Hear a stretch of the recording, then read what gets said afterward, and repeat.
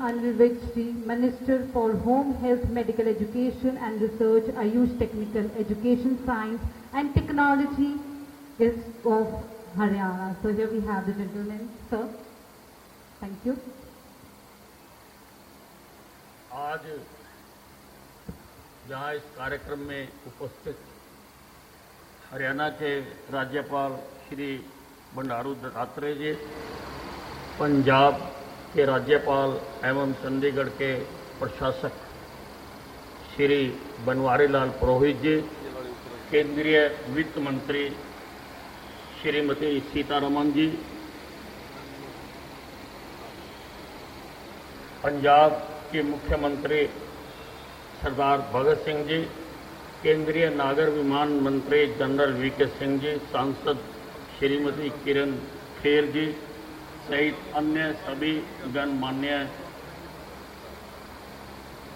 देवियों और सज्जनों, आज हरियाणा, पंजाब, चंडीगढ़ के लोगों के लिए बहुत ही खुशी का दिन है कि आज चंडीगढ़ एयरपोर्ट का नाम शहीद आजम भगत सिंह अंतर्राष्ट्रीय हवाई अड्डे के नाम पर रखा जा रहा है। मैं इसके लिए हरियाणा, पंजाब, चंडीगढ़ के लोगों को शुभकामनाएं देना चाहता हूं। भगत सिंह का नाम आते ही धमनियों में रक्त दौड़ने लगता है। आंखों के आगे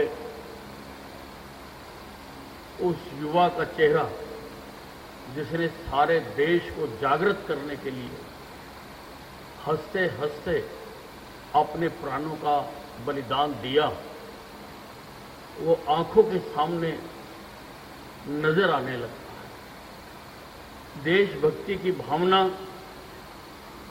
से व्यक्ति ओतप्रोत हो जाता है और देशभक्ति की भावना से ओतप्रोत आदमी अपना एक एक काम देश आगे बढ़े उसके लिए करना चाहता है।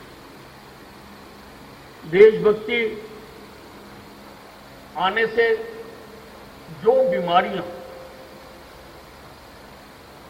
लग जाती हैं, बेईमानी, चोरी, भ्रष्टाचार, गुंडागर्दी, ये सब समाप्त हो जाता है और देश को आगे बढ़ाने में सभी मिलकर काम करते हैं। हमारे देश को गुलामी की भागदौड़ से आजादी दिलाने के लिए कई महानुभावों ने अपने प्राणों की आहुति दी है, जिसमें शहीद भगत सिंह का नाम बहुत आदर और सम्मान के साथ लिया जाता है। अमर शहीद भगत सिंह जी आज हमारे बीच में और हमारे दिलो दिमाग में बसे हैं। आज हम एक फिर उनको श्रद्धांजलि देने के लिए उनके नाम पर इस हवाई अड्डे का नाम रख रहे हैं, ताकि हमारी आने वाली पीढ़ियां अमर शहीद के जज्बे और बहादुरी को याद रख सकें और देश में विकास और तरक्की में अपना योगदान दे सकें।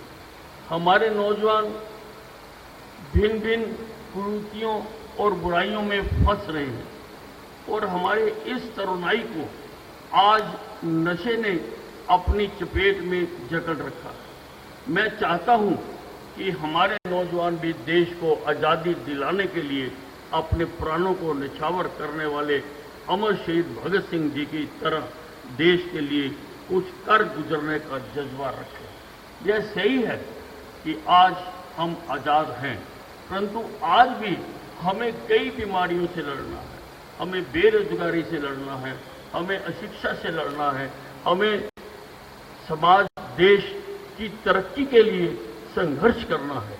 उसके लिए देशभक्त नौजवान ही आगे बढ़कर ज्यादा काम कर सकते हैं, लोगों को मार्ग दिखा सकते हैं। जैसा कि हम सभी को पता है कि अमर शहीद भगत सिंह जी कभी झुके नहीं। उन्होंने देश को आज़ादी दिलाने के लिए बहादुरी के साथ अंग्रेजों से लोहा लिया था, क्योंकि उनकी दो पीढ़ियां आज़ादी के लिए अपना खून बहा चुकी थी। इसलिए आज मैं यहाँ से देश के नौजवानों को आह्वान करता हूँ कि हमें अमर शहीद भगत सिंह जी के संघर्ष, त्याग और बलिदान को याद रखना होगा, ताकि हम अपने देश को भी विकास के पथ पर आगे बढ़ा सकें। जेल के दिनों में उनके लिखे पत्रों व लेखों से उनके विचारों का अंदाजा लगाया जा सकता है, जिसमें उन्होंने भारतीय समाज में जाति और धर्म के कारण आई दूरियों पर दुख व्यक्त किया था। उन्होंने समाज के कमजोर वर्ग पर किसी भारतीय के प्रहार को भी उसी सख्ती से सोचा जितनी कि किसी अंग्रेज के द्वारा किए गए अत्याचार को।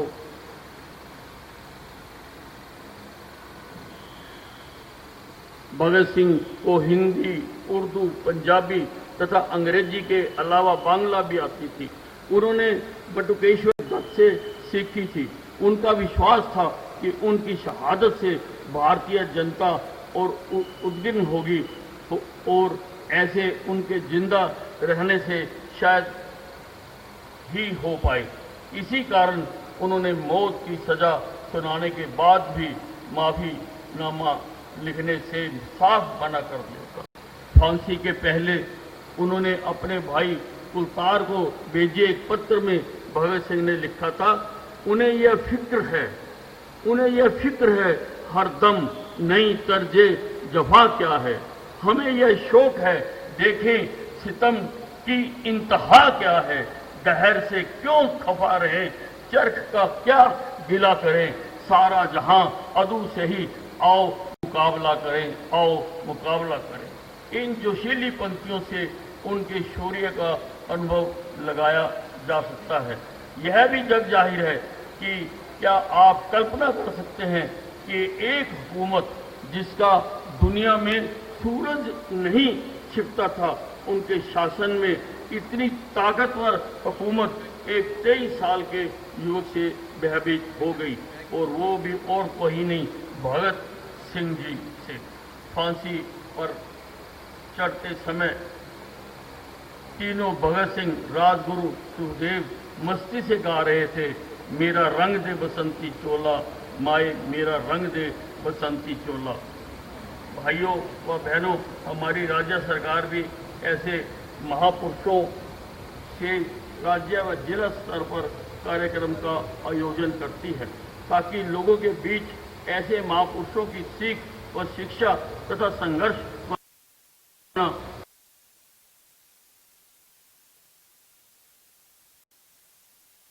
वातावरण कायम रखना है। वर्तमान सरकार ने हवाई यात्रा और उसके साथ जुड़े कार्यों में के लिए विभिन्न पग उठाए हैं, और इसी कड़ी में प्रधानमंत्री श्री नरेंद्र मोदी जी ने उड़ान स्कीम को शुरू किया है, ताकि देश का आम आदमी, चप्पल डालने वाला आदमी भी हवाई जहाज की यात्रा कर सके। हवाई संपर्क की दृष्टि से हरियाणा ने भी विभिन्न कदम उठाए हैं, जिसके तहत अब अंबाला छावनी से श्रीनगर के लिए हवाई यात्रा शीघ्र शुरू की जाएगी। इसके अलावा अंबाला में 40 करोड़ रुपए की लागत से एक टर्मिनल भी बनाया जाएगा। हिसार में एयरपोर्ट के पैसेंजर टर्मिनल को शुरू किया गया है तथा हिसार सिविल एयरड्रोम के उन्नयन का निर्णय भी लिया गया है। राज्यों के नारनौल, भिवानी व पिंजौर में एयरड्रम है। हमारी सरकार चाहती है कि देश के विभिन्न पर्यटन स्थलों के लिए हेली सेवा भी शुरू की जा सके, जिसके लिए प्रदेश सरकार प्रयत्न कर रही है। अंत में मैं पुनः हरियाणा, पंजाब व चंडीगढ़ के लोगों को इस अंतर्राष्ट्रीय अड्डे का नाम अमर शहीद भगत सिंह जी के नाम रखने के लिए प्रत्येक जन को बधाई देता हूं, और उस महान देशभक्त को भी हाथ जोड़कर व शीश नवाकर नमन करता हूं, जिसने देश की आज़ादी के लिए अपने प्राणों की आहुति हंसते हंसते देती। आओ झुक के सलाम करें उनको, जिनकी हिस्से में यह मुकाम आया है। कितने किस्मत वाले हैं वो लोग जिन्होंने अपना लहू वतन के लिए बहाया है। धन्यवाद, धन्यवाद। Thank you very much, sir, for your really kind words.